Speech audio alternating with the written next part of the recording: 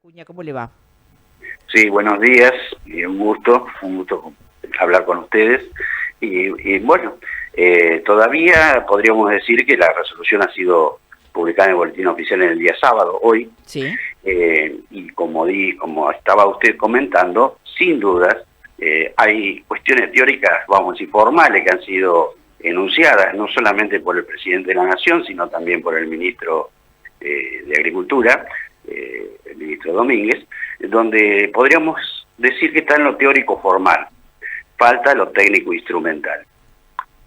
En principio, podríamos decir que algunos de los presupuestos formales o teóricos que han enunciado en estos días, tanto el presidente como el ministro, podría decirse que no está muy claro todavía cómo se va a hacer ese fondo, o ese patrimonio, ese fondo, porque debo decir que se le otorga la calidad de fideicomiso público, que es un patrimonio separado, con una alícuota diferencial que procede de el aceite y harinas de soja. Dos cuestiones que habían sido reducidas hace poco menos de 2 años por este mismo gobierno, fundado en mejorar la competitividad de la cadena agroindustrial. Es decir, que aquí aparecen fundamentos donde hablan, obviamente, de el derecho a la alimentación, de la seguridad alimentaria, que obviamente son principios que en este específico tema no queda muy claro si se corresponden, porque en definitiva en el caso del trigo sabemos muy bien, y esto también el ministro lo ha asumido, de que el costo del grano, del producto trigo, implica el 12-13% del costo del producto planificado al consumo. 5% más sería correspondiente a lo que significaría la producción de la harina. A ver si lo puedo traducir a quien nos está escuchando, porque nosotros que vivimos en una zona eminentemente rural, bueno, además emblemática por el histórico piquete del 2008, ya a esta altura nos preguntamos concretamente el pan que hoy estamos pagando, que la semana pasada lo pagábamos a 140, ahora lo pagamos a 180 y que probablemente en algunas panaderías llegue a 240 pesos. Con ese fideicomiso que dice el presidente que va a generar, ¿es para bajarlo? Es que desde el punto de vista técnico instrumental es absolutamente dudoso, y le explico por qué. A ver. Ya ha sido este tipo de experiencias ya han sido reproducidas. Primero, va a un fondo fiduciario que todavía no se conoce bien quién lo constituye, cómo lo van a constituir, cómo se va a administrar y cómo en todo caso se va a distribuir. Claro, pero doctor, perdóneme que yo lo voy a ir interrumpiendo con algunas cosas. Lo que nos están diciendo, yo lo que entendí anoche fue, armo este fideicomiso, cosa de que ustedes no desconfíen que esta plata la vamos a usar para otra cosa. ¿Sería una cosa así?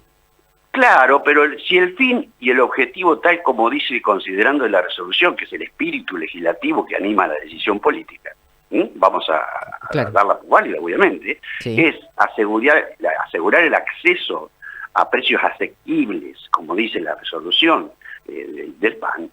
Hay otras medidas mucho más directas, menos tortuosas y menos sinuosas, como la de constituir este fideicomiso, es bajar las alícuotas de impuestos de valor agregado y convenir por concertación federal, como en otro país, sí, los ingresos brutos que gravan algunos aspectos de la cadena y el producto final. O sea, usted dice, bajan, retiran el IVA. El ministro hizo referencia a la Unión Europea diciendo que había aumentado por efecto de la guerra 35%. En sí, Argentina no se produjo una baja más que el 35%, vamos a decir.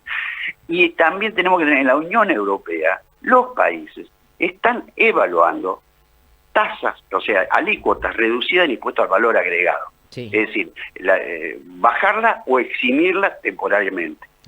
Esto es una herramienta, si se pretende bajar la presión sobre el precio y asequibilidad, tranquilamente puede administrarse a través, por ejemplo, de la tarjeta alimentar, para llegar a los sectores más vulnerables, que es absolutamente legítimo tenerlos en cuenta y debe ser atendido. En esto estamos totalmente de acuerdo con los enunciados gubernamentales, pero es cierto también de que este tipo de fideicomisos ya hemos tenido muchas experiencias, donde en realidad no sucede nada, únicamente se generan fondos, donde se generan gestiones, administraciones, que todavía no sabemos cómo, que insumen recursos, y Claro. muchas veces...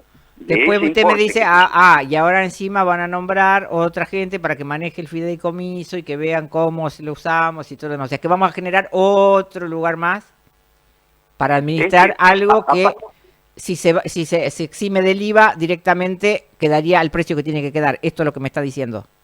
Y yo creo que, ojo, todo es materia opinable, lo que estoy yo diciendo, la experiencia del derecho comparado. Cuando ha habido estas cuestiones, sí, Europa la recibe en forma directa, nosotros por acto reflejo, por los precios internacionales.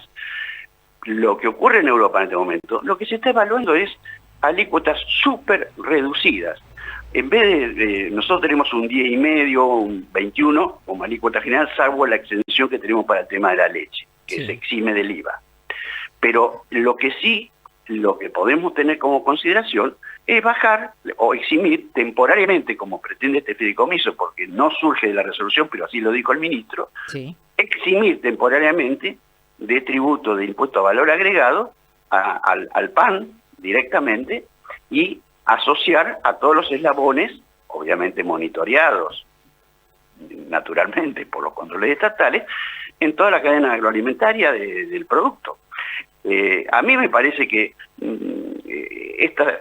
vamos a decir, este argumento que dice no se va a transferir el precio y esto lo decide el mercado, no lo decide una resolución administrativa o una decisión política gubernamental, salvo que se intervengan todos los mercados y se tapizen los mercados. Obviamente esto sería una situación, me parece, en este contexto muy arriesgada y podría decirla de descabellada.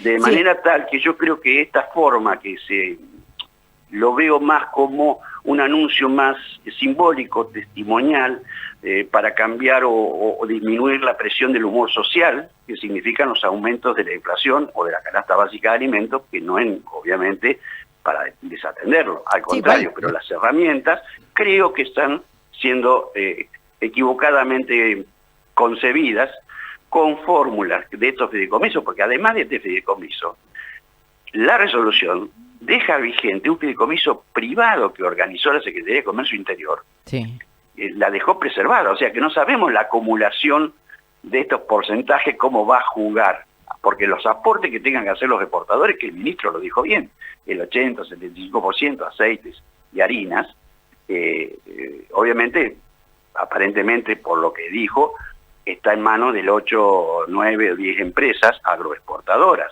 De manera tal que resulta poco creíble de que estos 8, 9 agroexportadores se sienten en una mesa y vamos a decir concuerden en cuál es el precio que van a pagar al productor. Y más allá de la letra, digamos, uno cuando lee las resoluciones y bueno, tenemos que la guerra de Ucrania, que acá, que allá, bueno, todos los fundamentos que tiene, su experiencia, ¿qué le dice? ¿Que quién lo va a terminar pagando esto? Lo termina pagando igualmente. Yo no creo que sea una medida eficaz, eficiente. Creo que va a crear más burocracia estatal, va a crear nichos y ventanas de corrupción, como ya la han creado otros fideicomisos, que la historia ya no la voy a repetir, pero sí, muchos están en la justicia, y el beneficiario final, que sería el consumidor, no va a percibir directamente. Entonces, yo creo que estos son medidas de arquitectura poco, vamos a decir, poco útiles a los fines que se supone debe servir. Y creo que en el final de la cadena, el primer eslabón, que es el del productor, es el que absorbe y al cual se lo somete obviamente a un sistema de precios que no lo forma el productor. No sé qué me estarán queriendo decir los productores de chacarero que me están mandando. Esto se pica, esto se hunde, se pudrió todo, se ve, no sé qué significa, pero no sé si es que van a salir de nuevo, cortar las rutas o que, digamos, ninguna de estas medidas les satisface. Bueno, la insatisfacción de los productores es absolutamente justificable. Incertidumbre, inseguridad jurídica. El ministro Domínguez en sus declaraciones dejó claro cuál es la preocupación del gobierno. Ante una medida segura asegura que no se va a transferir al precio, y esto no lo puede asegurar un gobierno porque lo forma un mercado, no lo forma el gobierno al precio. Entonces, decide que los productores no van a padecer el impacto en sus precios del producto básico, agrícola básico, que es el trigo, el grano de trigo, me parece absolutamente, técnicamente, instrumentalmente, absolutamente, vamos a decir, descabellado. O sea, no lo puede asegurar, nadie puede asegurarlo. Oferta y demanda son las que van configurando este escenario. Yo creo que el gobierno lo que debe hacer es políticas alimentarias selectivas y segmentadas. La tarjeta alimentaria sería una herramienta para administrar un acceso de esos sectores vulnerables que obviamente deben ser atendidos, y los productores en ese sentido no lo niegan. Al contrario, lo que están cuestionando son las herramientas que está usando el gobierno para justificar un objetivo de dudoso logro, que sería bajar. Sí, bueno, el vaya precio. usted a explicarle al que tiene la tarjeta alimentar, mire que este es el fondo fiduciario de no sé qué, no sé cuánto.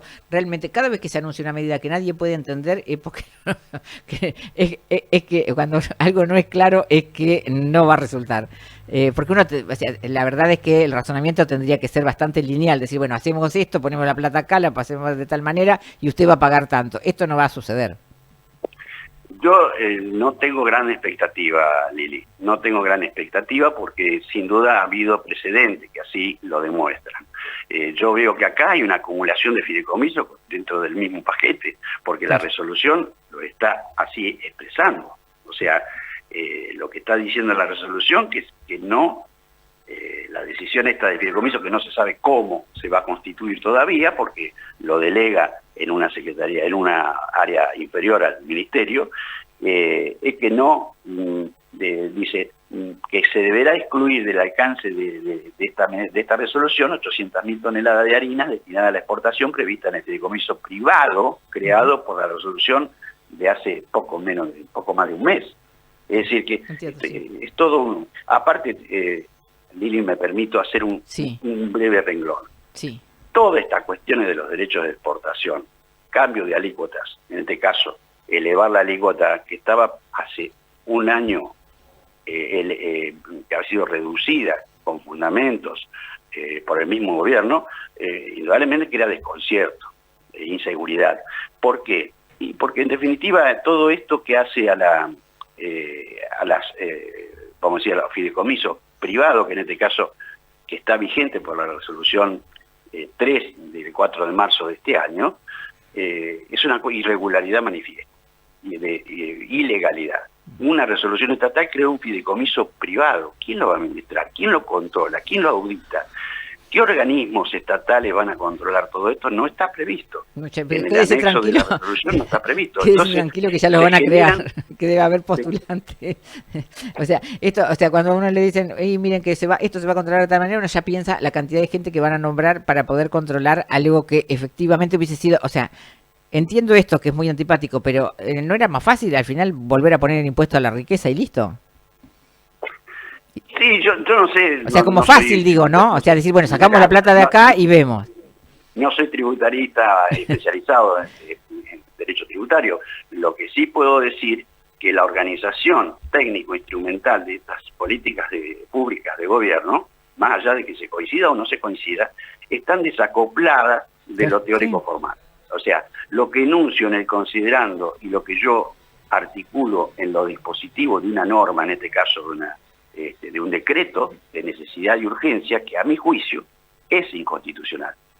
Porque si bien en el mismo cuerpo... Claro, usted dice, esto tiene que pasar por el Parlamento, sí o sí. O sea, si vamos a constituir un fideicomiso. No, pero aparte los DNU no pueden tener como objeto la materia relacionada con los tributos. Claro, tiene razón, sí, tiene razón. Lo prohíbe la Constitución nacional. Así es. Y esto quiero rescatar. Si bien la resolución cita, creo que en forma obviamente fundada para sostener la decisión gubernamental de organización de este fideicomiso, de que el artículo 755 del Código Aduanero lo habilita, puedo decir de que es absolutamente, puede ser, a lo mejor alguno puede discutir, es legal, sí, porque es una norma jurídica la que lo está disponiendo, pero es absolutamente ilegítimo y arbitrario. Esto, en mi opinión, es absolutamente vamos a decir, irreprochable. ¿Mm? El artículo 755 habilitaría, por razones de consumo de mercadería, modificar derechos de exportación, pero hecho por un código alimentario, por un código aduanero, Sí. disculpas, sancionado en época de gobierno militar. Y si vemos el código aduanero en el artículo 1, no lo hace en nombre de la Constitución Nacional, sino por el artículo 5 del Estatuto de la Organización Nacional. Es verdad. Y que se haya mantenido durante los años de democracia realmente debe merecer el reproche, no solamente jurídico, sino el reproche moral de todos. Debe ser el Congreso el que establezca este tipo de pauta, más allá de los DNU. Los DNU únicamente pueden tener otras materias, no pueden tener materia penal, no pueden tener materia tributaria. Y lo que está haciendo el DNU está introduciendo un tema tributario, afectando en este caso. Más allá, reitero, técnicamente, más allá que usted me diga el objetivo de lograr precios asequibles o estabilizar, como dicen ellos, estabilizar, vamos a decir, lo que significaría o el fondo anticíclico que queda vigente, el fondo estabilizador del trigo argentino, realmente las herramientas técnicos e instrumentales que todavía no conocemos, no me parecen que vayan a asegurar el objetivo que dice el espíritu de la norma perseguir. Bien, doctor, yo le agradezco muchísimo que nos haya atendido. Veo que es especialista en el público agrario y ambiental, así que otro día lo vamos a llamar por algunas otras cuestiones que tenemos aquí en nuestra zona muy interesantes de charla. Le agradezco mucho que nos haya atendido en este sábado. A ustedes, Lili, ha sido realmente un placer. Un saludo afectuoso a todos mis amigos de San Pedro. También yo trabajo mucho con nuestros hombres de campo, pertenezco también a un área rural, o sea, no estoy hablando solamente de lo que es urbano, vamos a decir. Sí. Así que comparto y convivo con las realidades agrarias. Bien. Así que le doy un gran saludo afectuoso a todos ustedes y obviamente a los amigos de San Pedro y de la región. Muchas gracias, que tenga buen día.